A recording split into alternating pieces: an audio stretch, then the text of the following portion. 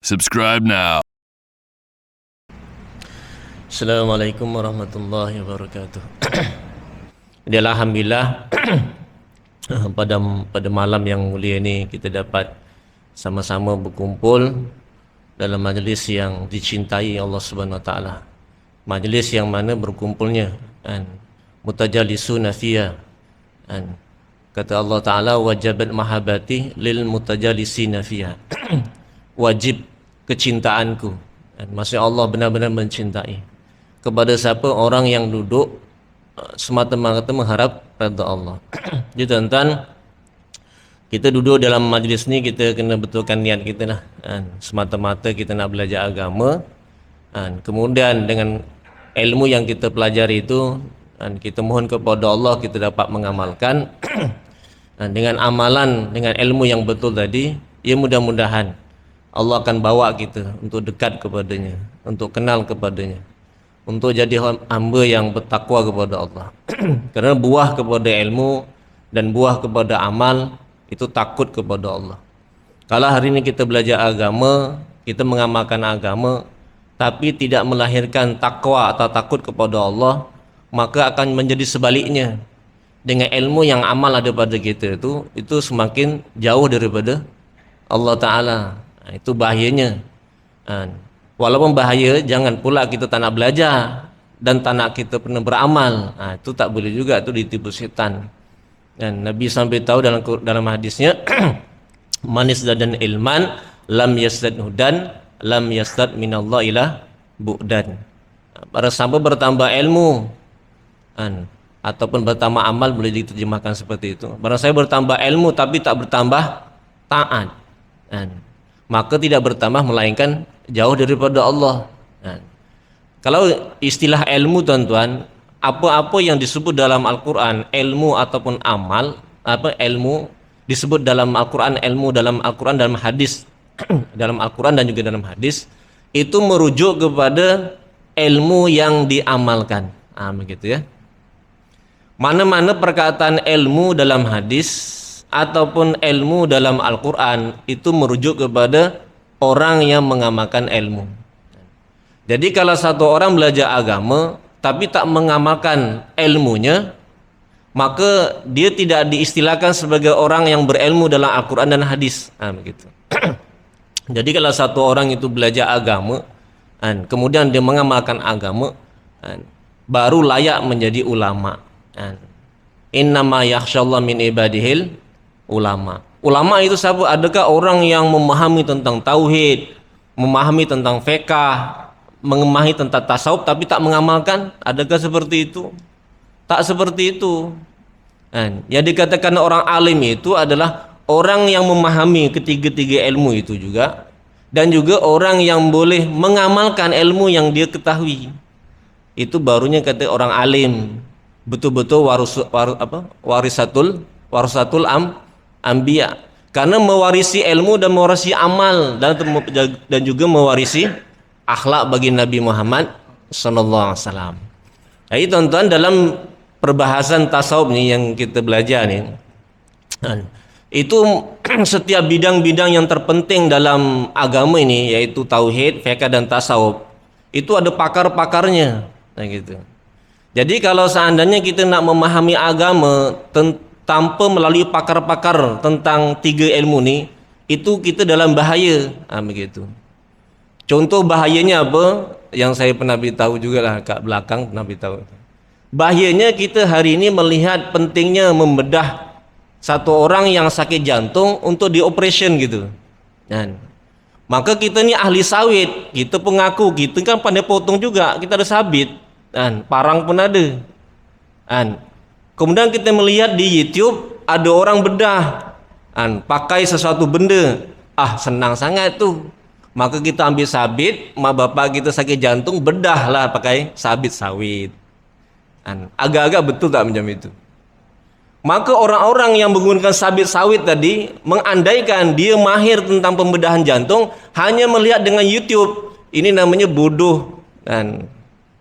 Dan boleh bukan bodoh lagi ya, kalau kita jumpa orang macam itu apa? Itu gila namanya. Gitu. Betul tak? Gila. Begitu juga orang nak memahami agama tapi tanpa melalui pakar-pakar agama. Merasa kita dah jahaz, belajar darjah 6, jahaz sekolah Johor, kita jadi ustaz, ustazah, wah kita dah alim dah, tak perlu pada Imam Syafi'i, tak perlu pada ulama-ulama. Ini namanya bukan bodoh aja, gila namanya. Jadi kalau ada orang yang berpendapat tak payah ikut ulama, tak payah bermazhab, ini orang bodoh ke orang gila? Nanti kan orang marah pula ya, orang Wahabi ya. Tuan-tuan, sebab itu hari ini kita sebagai ahlu sunnah wal jamaah, dan kita kena sedar diri. Sealim-alim kita ni dekat Parik Mansur, tahap ilmu kita ni kan, nak bandingkan Imam Syafi'i itu agaknya ada bandingan tak? Itu bukan bandingan namanya kan. Tak payahlah nak bandingkan dengan Imam Syafi'i kan.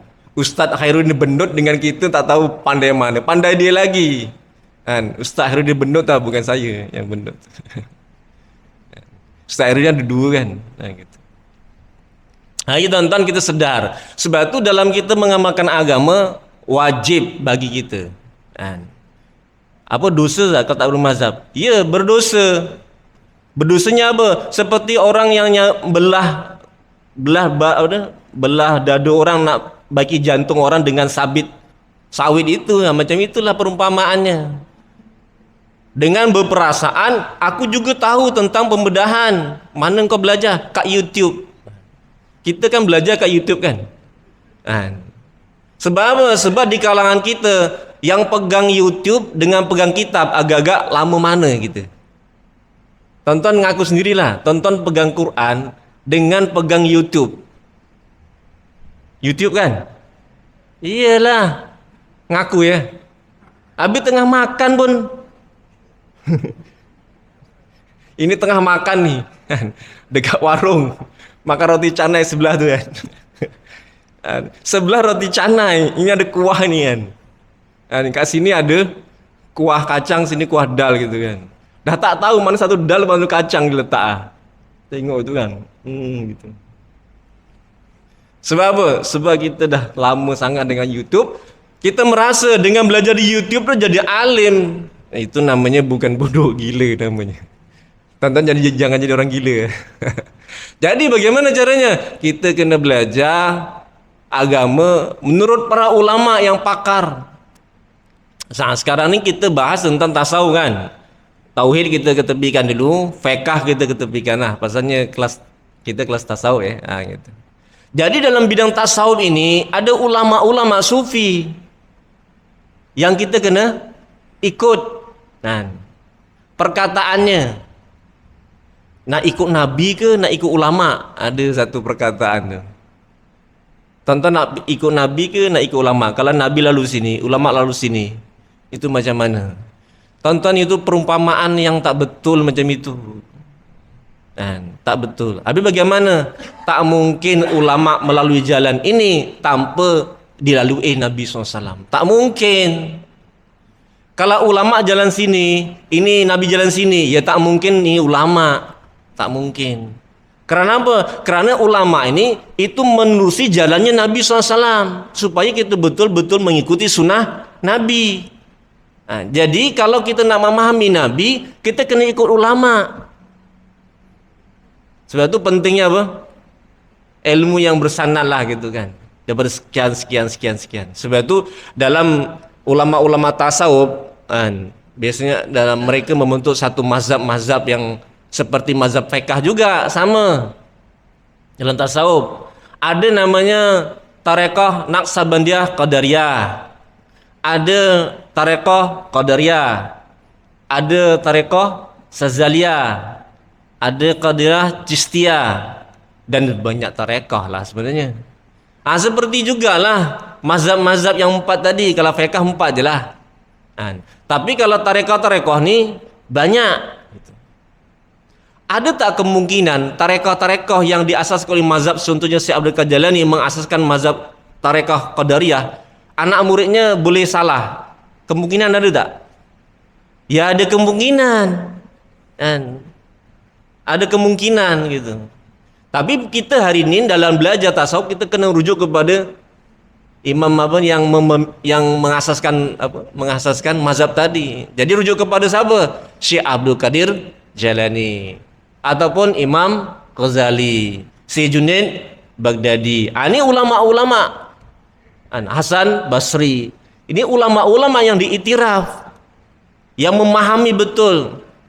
Seperti mana akidah ada mazhabnya, fiqh ada mazhabnya, tasawuf juga ada mazhabnya. Jadi bagi kita nih di tanah Melayu itu lebih cenderung kepada mazhabnya Imam Ghazali. Dan sebenarnya ulama seluruh dunia di kalangan ahli sufi, ulama-ulama sufi itu mengiktiraf kitab Ihya Ulumuddin, satu kitab yang paling luar biasa. Gitu. Untuk menerangkan apa? Keseluruhan agama. Karena kalau kita belajar tasawuf tuan-tuan, itu mesti belajar tauhid, itu mesti belajar fiqh dan belajar tazkiyah nufus ataupun membersihkan hati. Dan tidak mungkin satu orang itu akan jadi sufi kalau dia tidak faqih. Jadi yang dikatakan ahli sufi ataupun ulama-ulama sufi itu mesti faqih gitu. Contohnya seperti Imam Ghazali, dia orang alim tak? Dia orang alim. Agak-agak kita nak bandingkan Imam Ghazali macam mana? Ya mestilah Imam Ghazali lah. Kita siapa kan? Imam Ghazali saja itu dalam bab fiqh bermazhab kepada Imam Syafi'i. Dalam bab akidah mengikut mazhab Abu Hasan Asy'ari, Abu Mansur Maturidi. Jadi kalau kita ikut perjalanan Imam Ghazali, insyaallah selamat gitu. Ini tuan-tuan ya. Ini dalam bidang tasawuf, dalam keilmuan begitu. Karena dalam kitab Ihya Ulumuddin itu sangat dalam, sangat detail dijelaskan. Dan tak mungkin kita akan ajar kitab itu di sini, tak mungkin. Sebab apa? Terlalu detail. Jadi bagaimana? Ya kita cerita yang sikit-sikit sajalah, yang ringkasan gitu. Sekarang saya nak bawa satu perkataan ulama. Ini saya baca ambil kata-kata ulama lah. Kita ni kan ikut ulama. Yang lebih memahami Al-Quran dan hadis adalah ulama ahlinya gitu. Habis ustaz bukan ahli. Ya saya ke termasuk bukan ahli gitu. Habis ustaz mengajar, ya sebagai tanggung jawab gitulah. Maksudnya kalau nak kata ahli bukan ahli. Sebab apa? Saya cuma mengambil perkataan ulama disampaikan kepada tuan gitu. Tujuannya apa? Tujuannya supaya tuan dan saya dapat mengamalkan, itu saja. Kalau nak mengeluarkan hukum dari Al-Quran dan hadis, ya memang tak layak. Jauh sangat lah. Jauh sangat. Bukan gitu. Dan kalau di kuliah-kuliah di masjid nih, ustaz-ustaz yang mengajar di masjid, itu lebih kepada mengajarkan ilmu yang fardu ain, bahwa orang jadi bertakwa. Itu saja. Kuliah di masjid, itu target dia. Kalau madrasah madrasah pondok pesantren ke madrasah, itu targetnya dah lain. Bukan saja melahirkan orang bertakwa, tapi nak melahirkan satu orang ulama. Kerjanya lebih berat lagi. Sebab itu saya tak sanggup masuk dalam madrasah, kerja lebih berat. Bukan saja nak melahirkan orang bertakwa, tapi nak melahirkan satu orang ulama. Dan bidang cabang ilmu untuk jadi ulama itu sangat banyak. Tapi kalau dengan tuan-tuan cuma 3 cabang aja. Jadi kalau tuan-tuan 3 cabang ni dah menguasai dan mengamalkan, insya Allah selamat dunia dan akhirat. Ya paham ya tu? Sebab tu rukun Ahlussunnah wal Jamaah tu akidahnya betul, Abu Hasan Asy'ari, Abu Mansur Maturidi, fiqhnya 4 mazhab itu salah satu. Kemudian tarekah ahli sufi yang muktabar. Ada tak ahli tarekah yang sesat? Ya ada. Ya ada juga gitu. Ahli fiqh yang sesat ya ada juga kok gitu. Contohnya apa? Yaitu yang mengatakan kita mengamalkan agama tak payah ikut mazhab. Itu termasuklah mengajak orang awam untuk mengambil hukum dari Al-Quran hadis dalam keadaan kita tak mampu. Suruh bedah jantung dengan sabit sawit. Janganlah macam itu tuan ya. Mana tadi?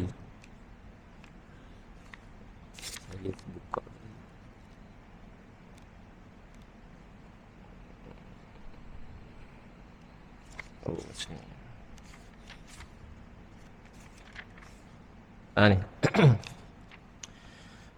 Kata Syekh Ibnu Athaillah Askandariyah rahmatullahi alaihi dalam kitab At-Tanwir fi Isqat At-Tadbir. Apa kata dia? Ini tuan-tuan, maaf ya, buka cermata. Jauh nampak, dekat tak nampak. I'lam, ketahuilah kamu, anal ilma, sesungguhnya ilmu, haitsuma takarrara fil kitabil aziz wa fi sunnati, yang mana diulang-ulang dalam kitabullah yaitu Al-Quran, au fi sunnati ataupun dalam hadis, innamal muradu bihi, yang dikendaki dengan perkataan ilmu dalam Al-Quran dan hadis itu ada ilmu nafi, ilmu yang bermanfaat. Apa ilmu bermanfaat? Tonton dah belajar kan 7 ciri itu kan? Itu diulang balik. Gitu. Allazi, apa ciri-ciri yang kat sini pula disebut?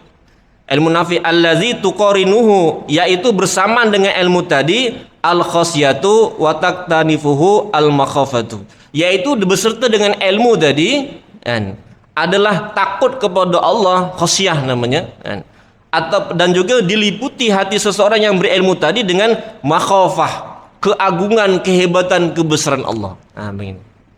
Jadi tuan-tuan, kalau satu orang yang alim disebut dalam hadis atau Al-Quran, itu adalah orang yang mempunyai sifat takut kepada Allah dan hatinya penuh dengan kehebatan, kebesaran Allah.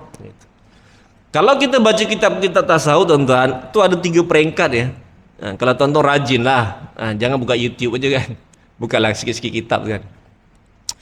Ini ada 3 tingkatan. Yang pertama orang awam, yang kedua orang sebagai muridun, orang yang belajar, yang ketiga orang arifin billah, yaitu orang yang telah ataupun ulama-ulama sufi. Begitu. Jadi apa ciri-ciri orang awam? Yaitu mengamalkan ikut tanpa ada mujahadah tertentu, tak perlu dengan guru, maksudnya guru tarekoh gitu. Tetapi yang dikatakan muridun, peringkat yang kedua tuan-tuan, yaitu dalam hatinya, itu syarat ya, dalam hatinya ada keinginan untuk dekat kepada Allah gitu. Kalau orang awam yang penting ya yang fardu dapat jalankan, itu pun dah alhamdulillah. Tapi lebih tinggi lagi adalah orang yang hatinya ada keinginan untuk dekat kepada Allah. Ini namanya muridun, orang yang berkeinginan. Kemudian dibawa bahasa dalam bahasa Melayu jadi murid. Apa murid? Yaitu orang yang belajar. Jadi orang yang belajar ini dalam hatinya ada keinginan untuk takut kepada Allah dan berusaha bagaimana kehebatan, kebesaran itu masuk dalam hatinya. Ataupun kita nak mengusahakan kecintaan kepada Allah dan mahabbah kepadanya dan juga makrifat kepadanya. Begitu. Kalau tuan-tuan ada sifat seperti ini, tuan-tuan termasuk murid lah gitu. Tuan-tuan ada tak ya? InsyaAllah ada lah. Macam mana Ustaz tahu? Ya tahulah, pasal tuan-tuan duduk. Kalau tuan-tuan tak ada keinginan, tak duduk ke sini. Jadi biasanya tuan-tuan, orang yang ada keinginan ni, mana-mana majlis yang menyebutkan kehebatan, kebesaran Allah, ataupun mana-mana majlis yang mengajak manusia supaya mentaati Allah, membesarkan Allah, mengagungkan Allah, mengajak manusia di ke jalan Allah, maka mereka gairah untuk datang ke situ. Gitu. Seperti mana ahli batil ataupun ahli bola, mana-mana saja JDT pergi, dia akan pergi gitu. Contoh saja dalam bab bola sensitif ke bola atau tukar lain, konsert lah gitu kan. Tapi yang nampak macam bola tu yang lebih nampak jelas gitu kan. Jadi di JDT main di mana saja. Bagi orang yang ada kegerahan, kecintaan kepada JDT, jangan kat Perlis, dekat Hong Kong pun dia pergi juga. Betul tak? Begitu juga hati yang ada keinginan cinta kepada Allah, mahabbah kepada Allah, mana saja majlis yang ada membesarkan, mengagungkan Allah, itu seperti magnet yang akan menarik itu. Dengar aja Maulana Ibrahim, Mama Allah datang, wah kita menjadi gairah nak ke sana gitu. Kerana apa? Mendengar nama ulama disebut, kemudian mereka memberikan sedikit ucapan nasihat, itu bagi orang pecinta Allah tu akan segera datang gitu. Habib Omar datang, itu sanggup daripada Johor datang ke sana, daripada Pelanso datang ke sana gitu. Ada yang datang sana? Tak ada. Ya mungkin duitnya tak ada ke sana kan. Kita nak tambang lagi ya gitu kan. Ataupun dari mana-mana, ataupun yang terbaru ni saya Dr. Usama, seorang ulama daripada Universiti Azhar, dan saya dalam YouTube lah, kita tak dapat nak datang sana, kita mendengar nasihat-nasihat di YouTube yang agak panjang dia punya itu, tapi dipotong-potong saya dengarkan dengan teliti lah. Sangat-sangat banyak perkara-perkara yang penting disebutkan di situ. Begitu. Kalau tonton nak Nak tengok dalam YouTube lah, Dr. Usama. Tapi dalam bahasa Arab, tapi yang menterjemahkan tu Dr. Aiman Al apa namanya? Al-Kiti gitu ya. Al-Akiti ya.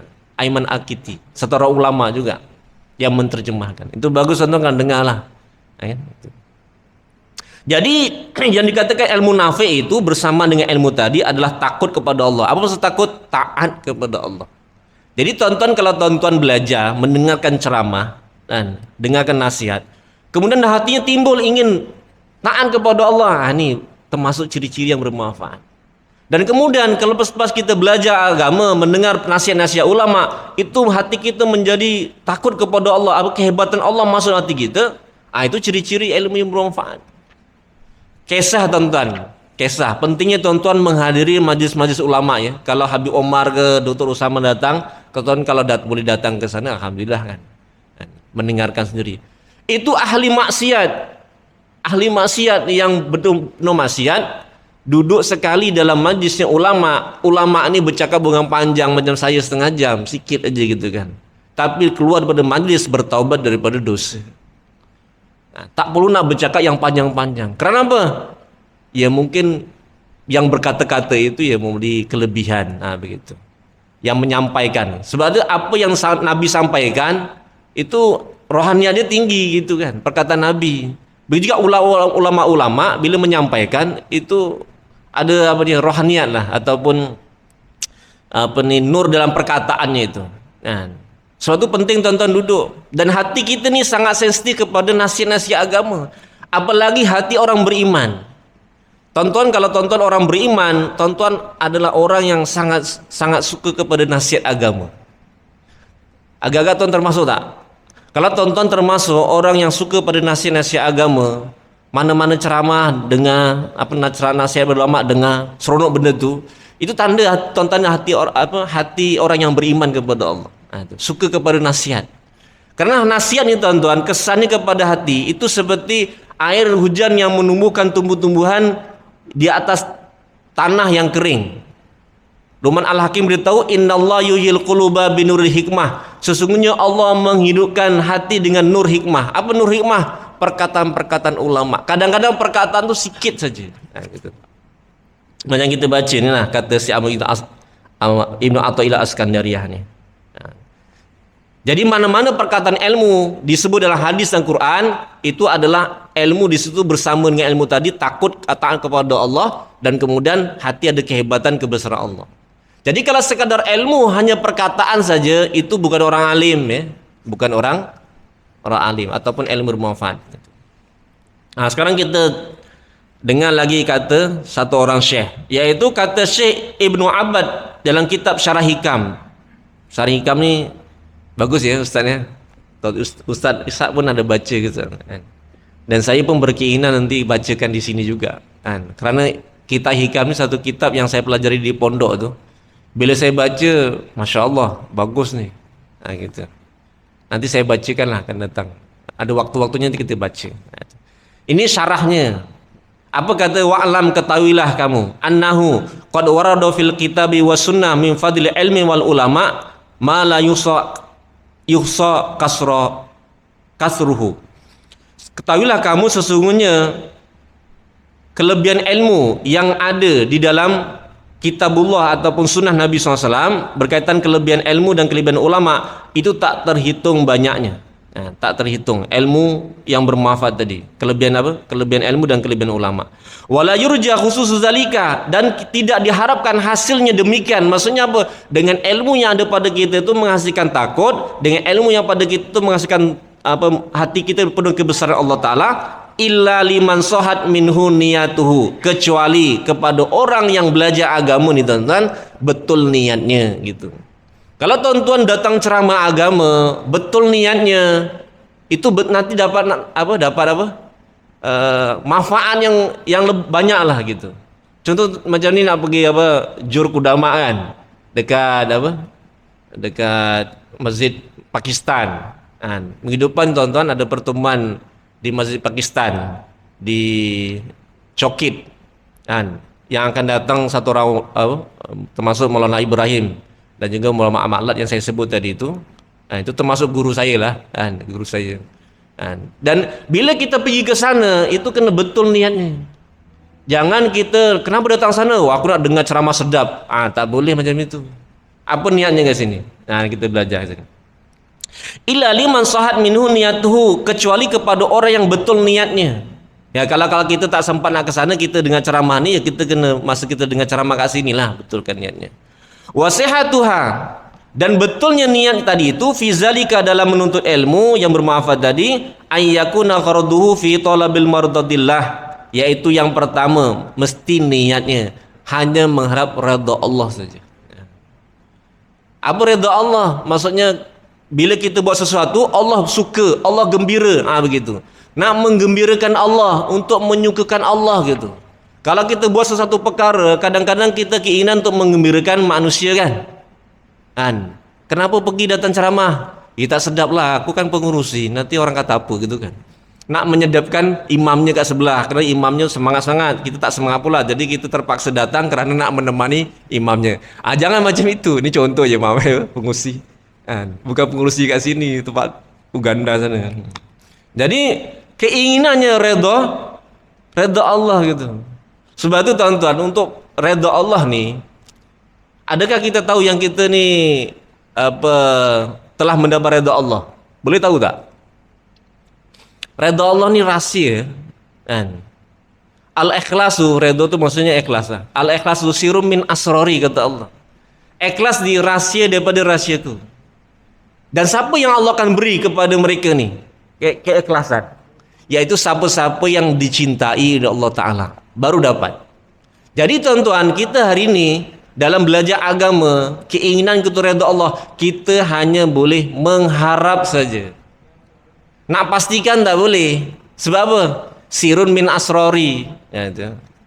Jadi pertama dapat redha Allah, keinginan kita redha Allah, untuk menggembirakan Allah. Sampai bila kita nak niat seperti itu?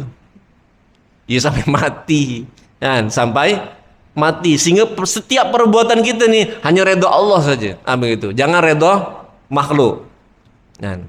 Kalau kita marah kerana Allah. Kalau kita gembira kerana Allah. Kalau kita sedih kerana Allah. Kalau kita pergi sana pun kerana Allah. Kalau kita nyawit, ya kerana Allah.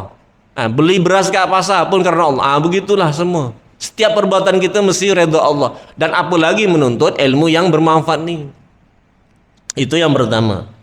Kemudian yang kedua, wastimalahu fima yanfa'u indahu, yaitu niat dalam hatinya itu untuk mengamalkan ilmu supaya bermanfaat baginya. Dan ilmu bermanfaat itu adalah ilmu yang kita amalkan. Kalau sekadar ilmu pengetahuan, itu tak bermanfaat namanya. Jadi tuan-tuan, ilmu yang bermanfaat itu ilmu yang boleh mengubah kehidupan kita menjadi baik. Begitu. Bukan ilmu yang kita ada boleh berdebat sahaja, ataupun kita boleh berbangga-bangga dengan bilangan hafalan-hafalan kita, atau mungkin kita boleh menunjukkan kepandaian di kalangan ahli-ahli bodoh. Itu tak betul lah. Jadi ilmu yang kita ada, niat amalkan gitu. Yang jelas amalan yang kita lakukan ia mesti pertolongan daripada Allah gitu. Tonton tak boleh berbangga dengan amal yang dah baik, kita jadi kita dah tahajud, kita dah zikir, kita rasa dah selamat. Tak boleh. Tak boleh rasa seperti itu. Tak boleh merasa aman daripada murka Allah. Tonton pernah terasa tak? Kalau tonton dah tahajud, zikir, baca Quran, bangun malam, buat dakwah, keluar 4 bulan, jalan kaki gitu kan. Dah terasa, aku alhamdulillah ni selamatlah ke akhirat. Ada rasa seperti itu? Ini semua tak dapat hidayat semua ni. Ada dari situ. Jangan macam itu ya. Siapa yang boleh jamin yang kita mati dalam keadaan Islam? Siapa yang tahu takdir akhirnya? Siapa yang tahu kat sini? Mana tahu kita takdir akhir? Ada yang tahu takdir akhir kita? Sedangkan takdir akhir mati kita dah ditentukan di azali, sama ada mati kafir atau mati Islam. Dan kita tak tahu macam mana boleh kita merasa aman daripada murka Allah. Walaupun kita dah taat kepada Allah, kita tak takut kepada Allah. Kerana banyak juga di kalangan hamba-hamba Allah seluruh hidup taat kepada Allah, mati kafir, teman-teman. Contohnya Barsisha. Sebagai pelajaran untuk kita. Tonton tak takut ke begitu itu? Tonton ahli sembahyang, ahli tahajud, ahli dakwah, mati kafir. Siapa yang boleh jamin kita mati Islam? Sebab itu kita betul-betul takut kepada Allah, walaupun kita dah taat betul kepada Allah. Begitu. Nah, ini kita niat untuk mengamalkan ilmu yang kita pelajari. Yang kemudian ketiga, wa isyaratal khurujil an zulmatil jahli ila nuril ilmi. Isyarat keluar daripada kegelapan kejahilan kepada nur ilmu. Tuan-tuan tak tahu tak tanda nur ilmu masuk ke dalam hati tuan-tuan? Saya baca Al-Quran ni, kalau yang hafiz betulkan ya, saya bukan hafiz Quran. Mayuridillahu ayyahdiyahu yasra sarrul Islam. Begitulah dalam Al-Quran. Apabila Allah Subhanahu wa taala menginginkan hidayah kepada satu orang hamba itu, maka Allah akan penuhkan hatinya dengan nur Islam. Ataupun kat sini perbahasannya nur ilmu tadilah. Dan ilmu itu jelas Islam lah gitu kan. Nur ilmu atau nur Islam dalam Quran itu, nur Islam. Maka sahabat-sahabat tanya pada Nabi, ya Rasulullah, apakah tanda satu orang hati dipenuhi dengan nur Islam? Kalau perbahasan ini dengan nur ilmu. Apa kata Nabi? Ada 3. Tonton kalau 3 ni ada, alhamdulillah, bersyukurlah kepada Allah. Kalau tak ada, ya cuba dapatkan gitu. Yang pertama, Allah akan datangkan sifat zuhud kepada dunia dalam hati kita. Zuhud kepada dunia, benci kepada dunia. Habis benci tak payah nyawit, bukan tak payah nyawit. Benci tu maksudnya kita mengambil dunia sekadar diperintahkan oleh Allah Ta'ala. Kalau suruh makan itu, kita hanya penuhkan 1/3 nasi dalam perut. Bukan perut kita sepeluruhnya diisi dengan nasi, tak boleh. Kerana apa? Karena perintah Allah, isi perut 1/3 air, 1/3 angin, 1/3 nasi kalau kita lah. Tapi tuan-tuan masukkan penuh semua dengan nasi, tak ada air, tak ada angin, itu melanggar perintah Allah. Gitu. Jadi kita makan tu perintah tak? Perintah itu agama. Jadi maksudnya zuhud tu bukan langsung tak makan, tak, atau tak bekerja. Zuhud tu benci kepada dunia yang membawa kita lalai daripada agamanya, lalai daripada meniatinya, lalai daripada mendekat kepadanya. Apa-apa dunia yang menghalang untuk kita dapat cinta Allah, untuk dapat redha Allah, untuk dapat makrifat kepada Allah, kita ketepikan. Habis apa yang kita ambil? Kita mengambil dunia yang membawa kita dekat kepada Allah. Begitu. Itu namanya zuhud kepada dunia. Sehingga orang yang zuhud ni tuan-tuan, nilai dia 2 rakaat ahli zuhud itu lebih baik daripada 1000 rakaat ahli dunia. Lebih lagi pada itu. Ini nilai ahli zuhud. Yang kedua, cinta kepada akhirat. Zuhud kepada dunia, cinta kepada akhirat, dan sentiasa buat persiapan untuk kehidupan selepas matinya. 3 ciri. Tuan-tuan ada tak ya? Ada, alhamdulillah. Ya, mudah-mudahan tuan dikurniakan lah pada itu ya. Zuhud pada dunia, cinta kepada akhirat, dan juga buat persiapan untuk kehidupan selepas mati. Hari-hari dengar cerita mati kat WhatsApp. Saya pun terfikir sekejap lagi kita pun nak mati jugalah. Sekejap lagi lah kita, tapi tak tahu bila kan. Tengoklah janggut masing-masing bagi yang dijanggut. Kita dah tua betul, termasuk saya juga dah tua. Dah sampai situ. Fahazih niyatu sahihatu, dan inilah niat yang bagus dalam kita menuntut ilmu. Allati tuhmadu aqibatuha ajilan, yang dipuji di kehidupan akhirat. Wajtana samaratuha fi taatillah ajilan, dan kita akan memetik buahnya di kehidupan dunia. Jadi macam mana kita nak petik buahnya? Ya, maksud daripada ilmu, maksud daripada amal itu ma'rifatullah. Jadi kita dikurniakan dengan ma'rifatullah. Itu buahnya itu. Kalau kita tanam pokok, tuan-tuan, tanam pokok. Cerita sawit apa ya? Dah biasa cerita sawit kan. Cerita buah pelam gitu kan. Kita tanam pokok pelam, tujuannya kita nak dapat batangnya ataupun daunnya ataupun rantingnya atau buahnya. Kita nak dapatkan buahnya gitu. Begitu juga hari ini kita mengamalkan agama, belajar agama supaya kita boleh kenal kepadanya. Apa ciri-ciri orang yang nak kenal? Allah akan hiasi dirinya dengan akhlak-akhlak baginda Nabi Muhammad sallallahu alaihi wasallam. Begitu. Ini ciri-ciri orang yang kenal kepada Allah. Gitu. Dan kata Imam Ghazali rahimahullah ta'ala dalam permulaan kitab Bidayatul Hidayah. Ini sekarang ini perkataan Imam Ghazali pula berkaitan dengan ilmu. Fa'lam, ketahuilah kamu, in kunta taqsudu bi talabil ilmi, apabila kamu berkeinginan dalam menuntut ilmu tadi, al munafasah, yaitu bersedap-sedap. Ini saya sebut tadi kan. Munafasah, bersedap-sedap, awal mubahah, berbangga-bangga, wa taqadduma ala aqon, ataupun nak saling lebih merasa lebih pandai daripada orang lain, wa istimalatal hujin nasi ilaika, ataupun mendapatkan pengaruh, kat sini memalingkan wajah, maksudnya mendapatkan pengaruh daripada manusia, wa jam'al khutabid dunia, atau mengumpulkan harta. Fa anta, kata apa? Kata Imam Ghazali, fa anta sa'in fi hadamid dinika, kamu telah berusaha dalam menghancurkan agama kamu. Kalau kita belajar ilmu yang bermanfaat ini, ilmu tasawuf kita belajar ini, tapi keinginan kita untuk bersedap-sedap, apa bersedap-sedap? Jom datang jur, ada apa? Maulana Ibrahim, Maulana bayan dia sedap gitu. Balik daripada jur ataupun istimewa ataupun ceramah, ceramah apa? Woi, sedap lah, hebat lah dia bayan.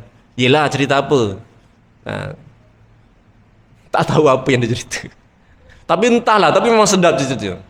Hebat betul ya, ulama hebat betul. Tapi dia apa? Entahlah, tak tahu apa dia cerita, tapi sedap. Lawak dia pun sedap. Jangan macam ni tuan-tuan. Jom ceramah sana dengar. Jom sana. Yang kita dapat apa? Keseronokan dalam mendengar, tapi tak mengubah kehidupan kita. Kenapa kita belajar untuk bersedap? Sedap. Macam tengok konsert pula ya. Janganlah macam itu tuan-tuan. Kalau ceramah Kiai Swahili itu sedap, alhamdulillah, sedapkan ceramah dia. Kita ni jangan niatlah sedapnya, niat untuk redha Allah. Betul, kita sambung lagi ya. Ini tak habis tiga perkata Imam Ghazali. Tuan-tuan, apa yang saya sampaikan sedikit sebanyak ini, ambillah manfaatnya. Yang paling penting tuan-tuan, kita dah belajar, saya menyampaikan, tuan-tuan mendengar, adalah kita sama-sama untuk belajar untuk mengamalkan insyaallah. Bismillahirrahmanirrahim. Alhamdulillahirabbil alamin, wassalatu wassalamu ala asyrafil anbiya'i wal mursalin wa ala alihi washabihi ajmain. Ya Allah Tuhan kami, tolonglah kami dalam taati perintah-Mu ya Allah. Tolonglah kami dalam menjaga larangan-Mu dan mengikuti sunnah Nabi-Mu ya Allah. Ya Allah, bersihkan hati kami kata dosa dan maksiat. Tenangkan iman takwa hati kami dan hiasi kehidupan kami dengan akhlak Nabi Muhammad sallallahu alaihi wasallam. Ya Allah Tuhan kami, betul pada kami untuk kami dapat amalkan ilmu yang telah kami pelajari ya Allah. Wassallallahu sayyidina Muhammad wa ala alihi wasallam. Walhamdulillahirabbil alamin. Subhanallah bihi, subhanakallahumma wa bihamdika, asyhadu an la ilaha illa anta, astaghfiruka wa atubu ilaik. Assalamualaikum warahmatullahi wabarakatuh.